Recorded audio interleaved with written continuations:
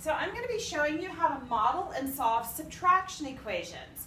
They're very much like addition equations. You set up the model, you try to get the variable by itself. You want to get the variable by itself by doing the opposite operation, and then whatever you do to one side, you do to the other.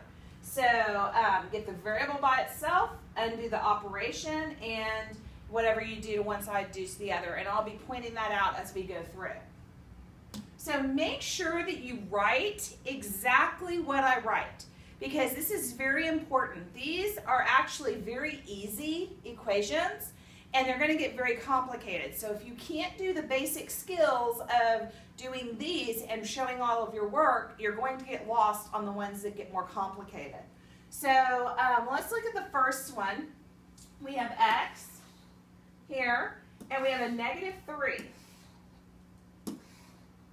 Or x plus a -3 or x minus 3. It's the negative goes with the 3.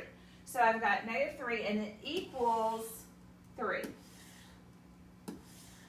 So I want to get x by itself. The only way I can do that is to zero pair out these. To do that, I have to add 3. 1, 2, 3. And whatever I do to this side, I have to do to this side. So I add 1, 2, 3. So whenever I look at my zero pairs, these all zero out. And so I get x equals 1, 2, 3, 4, 5, 6. And see if that makes sense. 6 minus 3 equals 3. Yes, it does. 6 minus 3 does equal 3.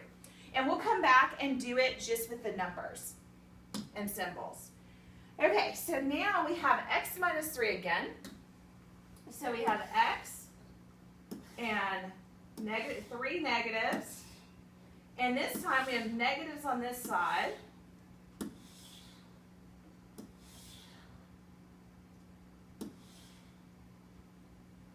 So we have 5 on this side.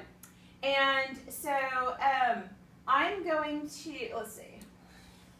Let's do it that way. I'm going to have x minus 3 equals -5. I have to get x by itself. So what's the opposite of -3? It's +3. So 1, 2, 3. Whatever I do to this side, I have to do to this side. 1, 2, 3. So if I consider my zero pairs, this is a zero pair, this is a zero pair, this is a zero pair. Oops, not that one. This is a zero pair, this is a zero pair, this is a zero pair. So what's left is x equals -2. So all my zero pairs go away. And we'll do it mathematically in a minute. So the last example is x. And look at this. I have minus a -2. Now what do I know about integers? I know as subtracting a negative, I can automatically make that a big plus. Oops.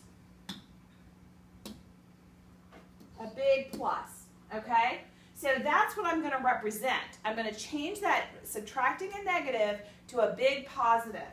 And now I have x plus 2 equals 3.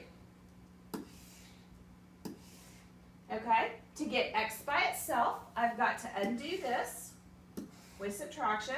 Whatever I do to this side, I have to do to this side. And so I get 0 pairs,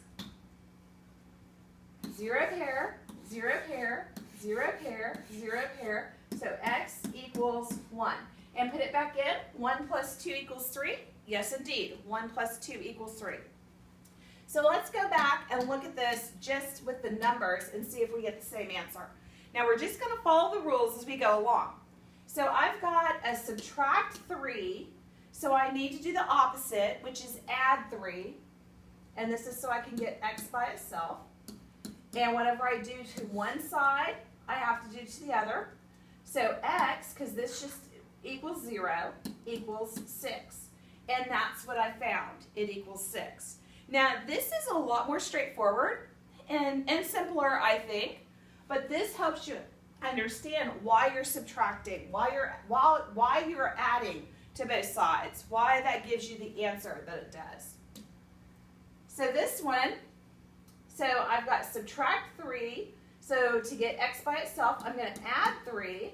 I'm going to do that to both sides. And so I get -2. So x equals -2. Yes, indeed. That's what I got. X equals -2. Then the last one, I'm going to go ahead and make this a big positive. So now I have x plus 2 equals 3. And now I'm going to solve it. So I've got plus 2. The opposite of plus 2 is subtract 2. And I'm going to do that on this side too. And so x comes down, and 3 minus 2 equals 1. And yes, indeed, x equals 1. So these are some problems for you to solve in Google Forms. And then you're going to be working on the classwork, and we'll be able to help you make it through that and make sure that you understand equations.